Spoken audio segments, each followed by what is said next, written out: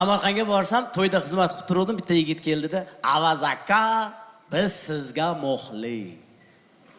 Akajon bitta chetga o'taylik gap bu." Endi muxlis bo'lsa to'yga aytsa kerak, sekin chetga o'tib. Nima gap aka desam, "Aka Amerikaga ketayotgan ekansiz." Ketyapman desam, "Akajon bitta gap. Siz ham erkak, men ham erkak, to'g'rimi?" Yo'q, men aytdim, "Men o'zim erkakligimni bilaman-ku, sizni birinchi marta ko'rib turibman." Sam aka hazil o'z yo'liga.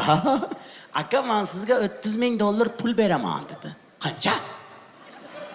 Sam 30,000. Yo'q, men bunaqa katta pul olib keta olmayman dedim. Kechirasiz dedim. Men bunaqa katta pul olib keta olmayman desam, aka u pul sizga. Menga? Nimaga? Sam mani olib ketding aka deydi. Meni odam savdosiga aralashtiryapti.